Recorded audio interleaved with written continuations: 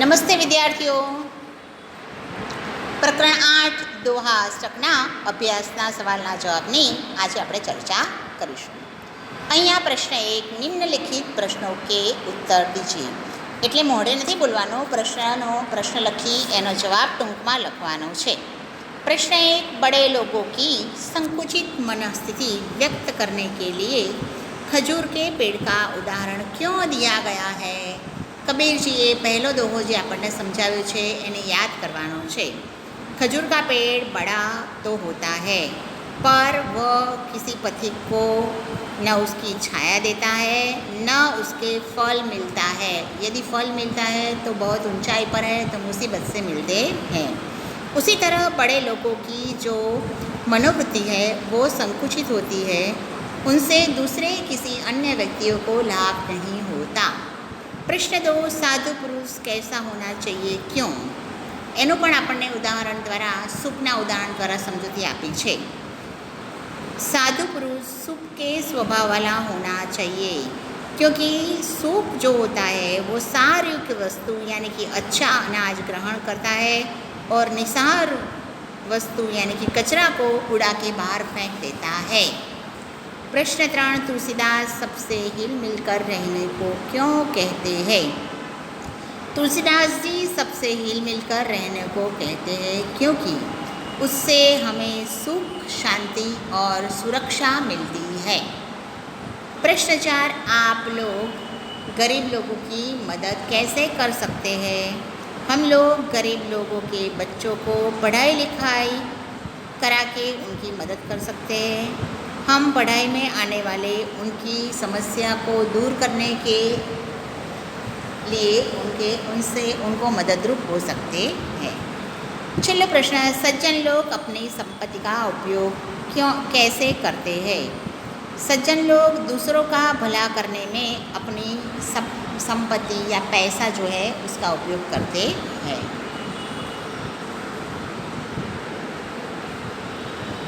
ત્યાર પછી પાના નંબર 45 પર જુઓ. પ્રશ્ન 1,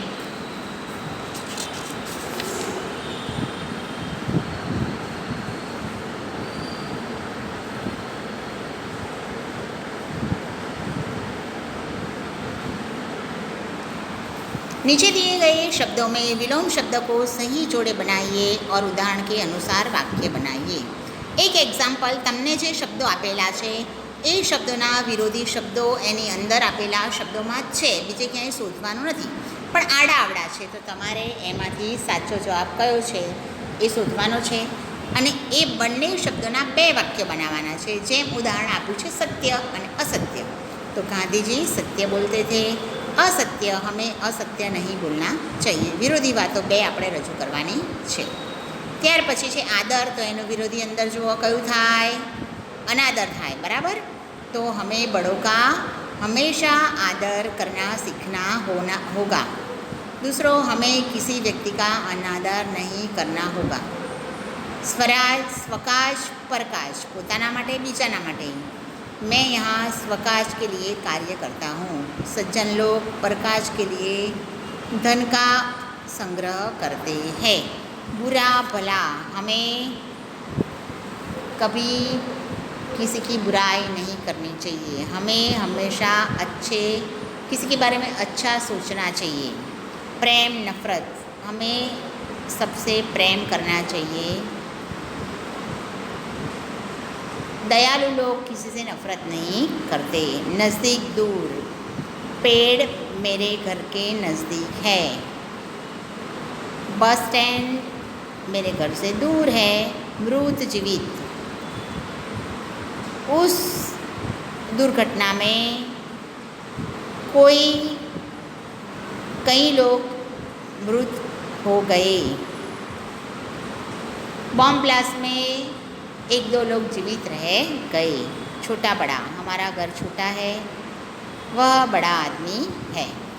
त्यार पछी प्रश्न 3 में आपने एक फकरो आप्यो छे, ए बधा मोटेथी वाँचशो.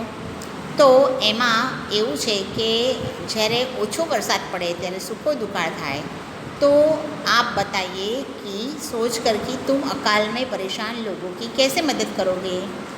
तो એનો આપણે ફકરો તમારે લખવાનો છે, પછી જવાબ લખવાનો છે कि हम अकालग्रस्त लोगों को मदद करने के लिए सब लोगों से मिलकर धन इकट्ठा करेंगे। उसी धन से हम कुछ खाने पीने की चीज़ें लाएंगे, अनाज और दूसरी चीज़ों खरीद कर लाएंगे और उसके अच्छी तरह से छोटे छोटे पैकिंग बनाएंगे और वो फूड पैकेट को लेकर टैंकर में या ट्रक में भरकर अकालग्रस्त लोगों को मदद करने के लिए जाएंगे। वहाँ पर पानी पहुँचाने की प्रथम व्यवस्था करेंगे, पीने का पानी की व्यवस्था करेंगे टैंकर के द्वारा। तो इस तरह हम लोग अपने से बनेंगे उस तरह से। और उनके जानवर जो लोग हैं, गाय भैंस कुत्ते बिल्ली वहाँ रहते, उनके लिए भी गाय भैंस के लिए चारे की व्यवस्था करेंगे।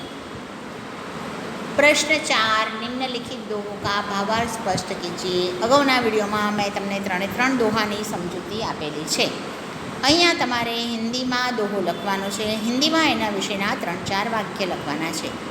પહેલો દોહો, સાધુ ऐसा चाहिए जैसा सुख सुखाए, सार सार को कही रहे थोथा दे उड़ाए, कबीरा थोथा दे उड़ाए।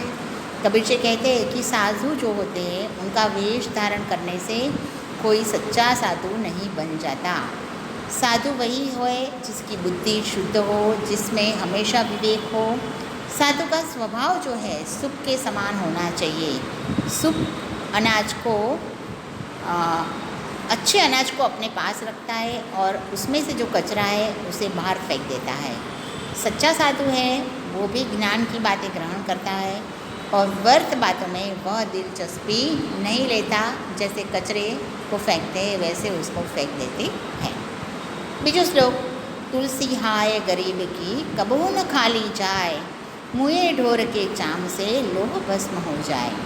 तुलसीदास जी कहते हैं कि जो गरीब व्यक्ति है कभी उसको हमें सताना नहीं चाहिए। गरीब की बद्दुआ लेने से हमारा नुकसान जाता है। गरीब की बद्दुआ कभी खाली नहीं जाती।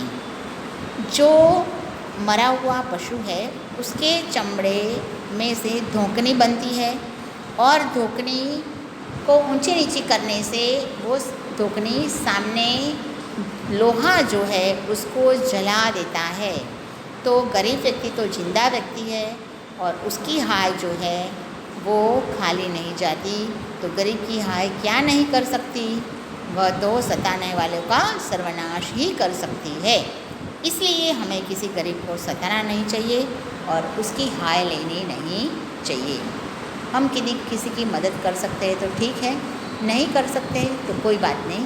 किसी को परेशान करके उसकी बद्दुआ नहीं लेनी चाहिए। रही मन देखी बड़ेन को लघु न दीजिए डारी, जहाँ काम आवे सुई कहाँ कहे तलवारी।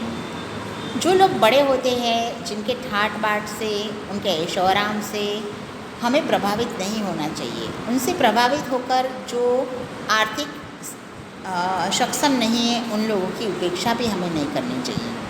रहीम जी कहते हैं कि जो लोग बड़े होते हैं उनसे प्रभावित होकर सामान्य व्यक्तियों से मुंह तोड़ना अच्छा नहीं है।